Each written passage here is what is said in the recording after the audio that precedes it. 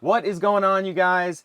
Today is one of my favorite times of the month because it is cash flow report time. So we're going to spend the next maybe 10 or 15 minutes or so just reviewing our investments, actually only our investments in real estate. We have other stuff in the stock market, but we won't talk about that Yep. today. It's 4 short-term rental properties, so our Airbnbs. And we're going to review how much revenue each of the properties brought in, what our operating expenses were, what the mortgage was, and ultimately what our cash flow, so our take-home pay after all expenses was for each property, how much we made in the month of April 2021 total. And we're going to take it one step further. So if you guys are able to hang around till the end of the video, we're going to review the total financial benefit or net gain in wealth that we earned. So that's going to include things like principal pay down on the loan, which essentially the guests are paying for us. Yep. Also the estimated gain from appreciation, and we just do a rough ballpark there because it's not something we really keep track of. It's really just something to keep in mind for the long-term gain in wealth that you get from owning things like real estate. And we do this every month, guys. We look at our numbers, we make sure we're on track. We also analyze, what we can do to improve, why maybe one month is slower, why one property is maybe producing less. So we look at every single month and go over this. So stick around every month and follow along. Yeah. So yeah, like she said, you're going to be able to see the growth in these numbers. Something we wanted to touch on is a lot of people, actually, funny enough, on TikTok will say, people aren't traveling right now. And that may have been the case this time in 2020, like around when the beginning of COVID started. Yeah. But now with the vaccine being pretty much widely distributed, we are seeing a major uptick in travel. We have bookings out through, like, one of our properties in Nashville, we have every weekend booked except for maybe one weekend all the way through October. So that's like, Yeah. what, 6 months in advance, 7 And months in every advance? city is different. So Nashville has come back quickly, and I feel like travel is 100% back to normal in Nashville. If you just look at Broadway, that kind of speaks for Yeah, itself. yeah. But also, if you guys have followed along in some of the other cash flow reports that we've done, the 2 mountain properties that we have, this is actually the first month that we're going to announce the first month that we had launched for one of them. But the other one we've had since October, and that one has done and performed very, very well. The cash flow has been really strong. So in some of those regional vacation spots, people have been traveling to because they want to be out of the city away from Yeah. people, but they still want to go have fun with their families or maybe do like a workation because they can work remote now, right? Totally. All right, guys. So the first house that we're going to be evaluating is a 4-bedroom house that is about 10 minutes from downtown Nashville, and it can sleep about 12 people. And so, as you can see, the revenue that's come through, so that's through the bookings, that is $9,263.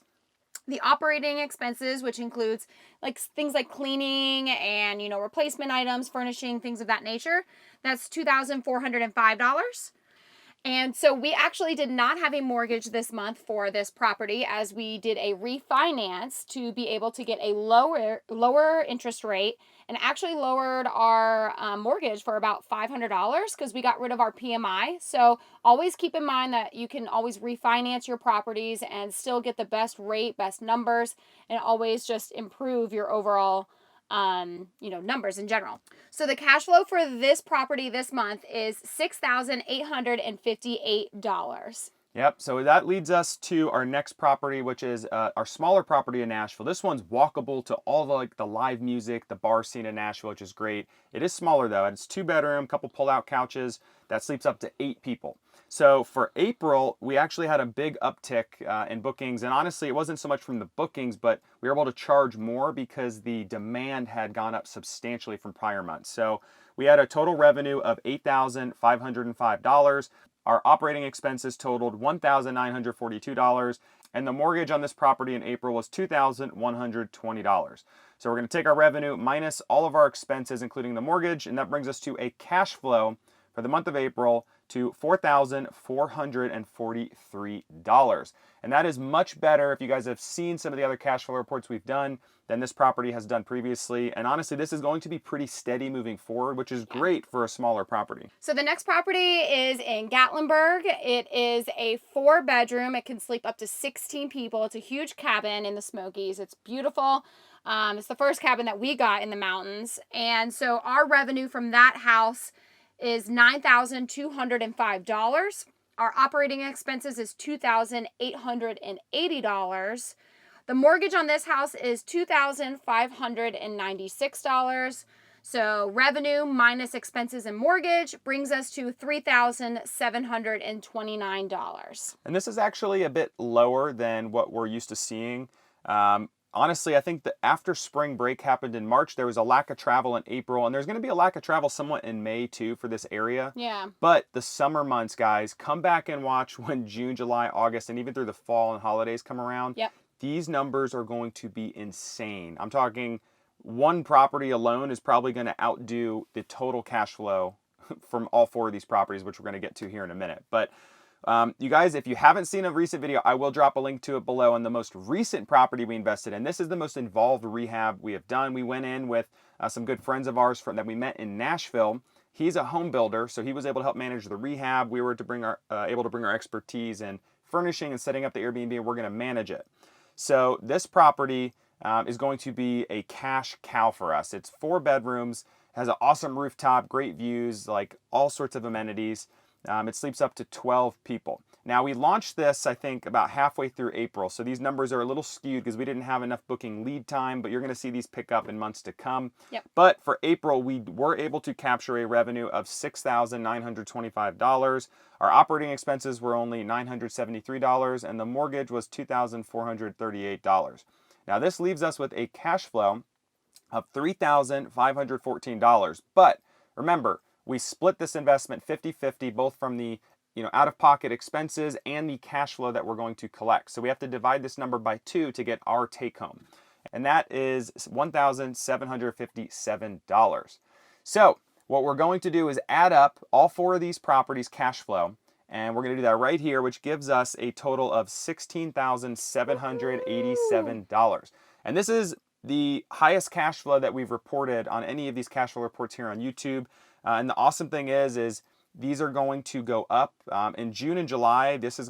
We actually may break $30,000 in a single month, which is insane. It's insane. It feels weird to say that out loud, but stay tuned. Which is what we because you're made gonna see to that. begin with. So it's crazy to think that we make cash flow as much as our salaries were in our first job. Yeah, which is wild. So out of college, we were making around $30,000 a year. Yeah. $35,000. So a lot can change in a few years. That was only 5 years ago. Yeah. So let's take this one step further, because it's not just cash flow. Cash flow is what's going to set you financially free, but how you build significant wealth in real estate is, number one, by reinvesting that cash flow into new properties, which we've done to acquire multiple properties, but more importantly is going to be a thing called leverage. So you leverage the bank's money in the form of a loan or a mortgage, right? So you only put down maybe 10 to 20% on a house, and then you finance the rest of the purchase with the bank's money, and then each month you pay what's known as a mortgage. A portion of that goes towards principal, which is yours to keep, and then most of it goes towards interest. Now, over time, the amount you pay in principal goes up. Every single month it goes up a little bit, and then every single month the amount you pay in interest actually goes down. So you're actually getting more equity and more wealth built in these properties every single month. But remember, the guest is paying this every single month. It's not coming out of your pocket. So don't think like, oh, I need to find a way to come up with $3,000 a month. No, the guests are paying that. Most likely we get our expenses paid within 1 or 2 bookings. Yeah, so that's a great point. So when we're looking at cash flow, we're actually counting the entire mortgage, including principal, as an expense. But when we're looking at equity gained, we're going to add up the gain from principal paid down on the loan, and then we're also going to add the estimated gain from appreciation. I usually do a ballpark 3% number, even though the past 12 to 24 months in both of these locations, and the market's been crazy, appreciation's been upwards of 8 to 12%. Yeah. But we're just going to do a baseline 3%.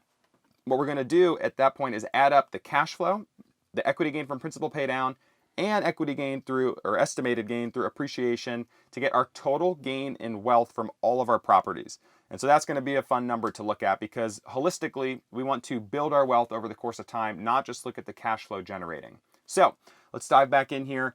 The gain from principal pay down for the 4 houses was $550, $500, $880, and $550.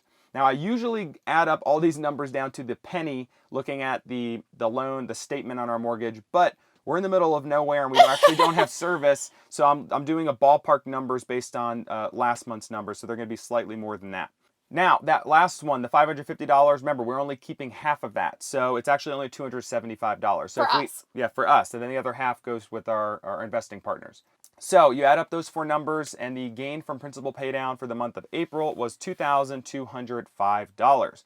Now let's add up the estimated gain from appreciation. And what I did here is I took 3% of the estimated value of the home as it sits today, and then I divided that number by 12, right? Because you're looking at appreciation over a 1-year period. So the estimated gain from appreciation, or unrealized gain rather, is $1,437.50, then $1,150, $2,250, and then $2,500. Remember, we're going to divide that number by 2, which actually is only $1,250 for our portion of that house. So the total gain from appreciation adds up to $6,087.50. So to get the total estimated net gain in wealth from all of our real estate investments, we're going to take the cash flow, the principal pay down, and also the estimated unrealized gain from appreciation. So we're going to add all these numbers up. So that's $16,787 from cash flow, $2,205 from principal pay down, and then the estimated gain from appreciation of $6,087.50. Drum roll, please. Adds up to a whopping $25,079.50. Now, we are super transparent about these numbers because we want to be open about our finances and share these numbers with people to kind of demystify. I feel like there's a lack of transparency on the internet these days, and talking about finance doesn't have to be super taboo. Like, we can be open about it and hopefully provide value to you guys out there, and maybe just have some level of encouragement for you guys to also seek to invest your money and become financially free as well. Don't forget to like and comment below. If you guys have any questions or comments, we'd love hearing from you guys and interacting with you. If you have any questions, we'll do our best to answer them in a timely manner. If we have service. If we have service on the road. And obviously stay tuned. We're going to do some travel vlogs as well and show you guys, for those that have not seen our most recent video that we posted, we left Nashville, we moved out of our house, and that's going to actually be turned into a long-term rental. And we bought a camper van, which we're in right now, and we're going to be doing a bunch of content and traveling around the United States and showing you guys all the cool spots that we hit. It's something we've always wanted to do. So now that we have our real estate investments, we're financially free. We essentially retired and took that leap into full-time travel. So make sure to subscribe, follow along, and we hope to see you guys again very soon. See ya!